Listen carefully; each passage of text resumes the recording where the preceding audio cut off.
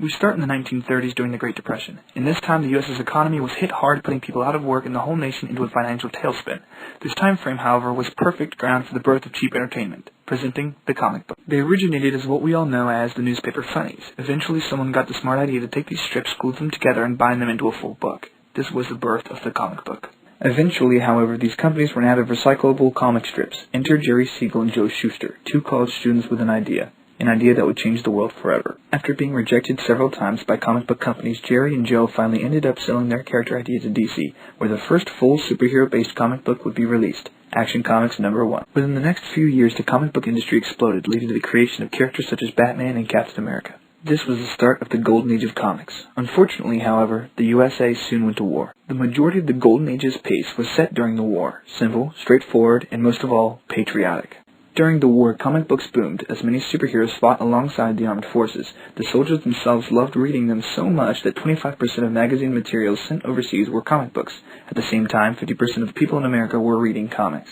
As the war ended, however, people no longer wanted to read about Captain America punching Hitler in the face. The soldiers didn't want to give up on comic books, but as the soldiers transitioned back to home life, the guys in tights lost their appeal. Because of this, the superhero genre was hit hard. To handle this, the different genre comic books became more and more prevalent. Western, romance, horror, etc. Then came the book, Seduction of the Innocent. It made serious allegations about how comic books were negatively impacting the youth psychologically. It claimed that Batman and Robin's relationship had homosexual themes, Wonder Woman comics had themes of bondage, and other titles presented other indecencies, such as overwhelming violence and morbid themes.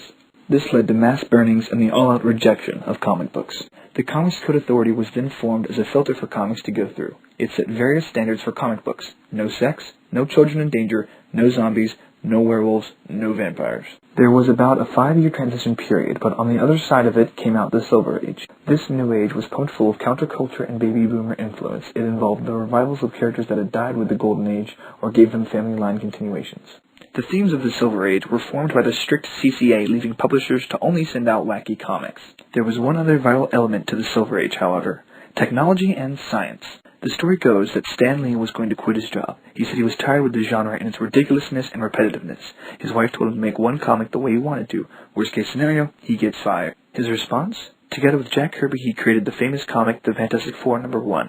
This comic brought science to the front lines of the comic book industry. The Fantastic Four got their powers through cosmic radiation, the Hulk through gamma rays, Iron Man with his suit, and many others.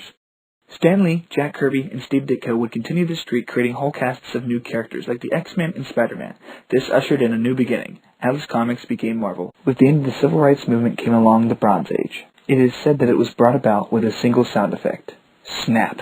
After Gwen Stacy's death, many changes happened. Comics became darker, the supernatural genre grew, black heroes were introduced into mainstream comics as well as other minorities, and comics moved from newspaper stands to specialties and collectors' shops. The biggest change, however, came along with the challenging of the Comics Code Authority. Stan Lee, head of Marvel, was asked by the U.S. Health, Education, and Welfare Department to make a comic showing the negative side effects of drugs. Stan agreed to help. Marvel created a Spider-Man comic for this purpose. However, it was rejected by the CCA due to drug references.